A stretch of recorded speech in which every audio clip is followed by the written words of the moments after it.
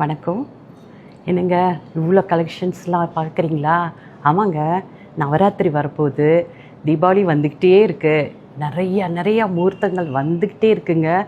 இது எல்லாத்துக்கும் நமக்கும் எல்லாமே வேணும் இல்லையா? அதுக்காக தான் நாங்கள் திண்டுக்கல்லேருந்து கோயம்புத்தூருக்கு செப்டம்பர் 12, 13, 14 ரேஸ்கோஸில் இருக்கிற த அமிர்த் ஸ்டோர் வாசவி தங்க மாளிகைக்கு பல ஆயிரம் டிசைனோடு நாங்கள் வந்துக்கிட்டே இருக்கோங்க.